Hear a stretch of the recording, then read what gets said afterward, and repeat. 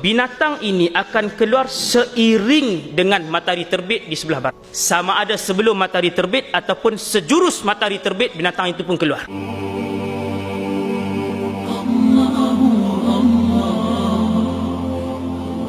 Saya sebutkan fakta-fakta yang sahih sahaja daripada Al-Quran dan juga hadis sahih sahaja.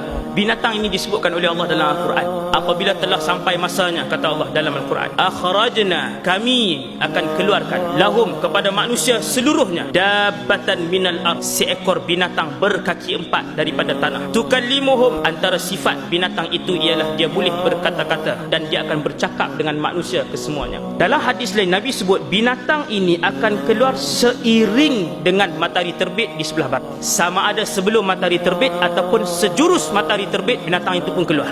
Tukallimuhum, kata Allah, binatang ini akan berkata kepada manusia, hei manusia, al-ana tusalli, baru sekarang kamu nak solat, sedangkan selama ini sudah pun diceritakan kepada kamu. Itu antara ucapan binatang ini. Kalau orang yang baru nak menutup aurat, dia pergi, dia kata, hei manusia, al-ana tastatir, baru sekarang kamu menutup aurat, sudah terlambat. Apabila binatang ini, kata Rasulullah, binatang ini akan sampai, dia akan pergi. Kemudian dia akan mengeluarkan salah satu daripada dua alat yang dia bawa. Sama ada tongkat Nabi Musa AS ataupun cincin Nabi Sulaiman. Tuan-tuan, hadis ni hadis sahih.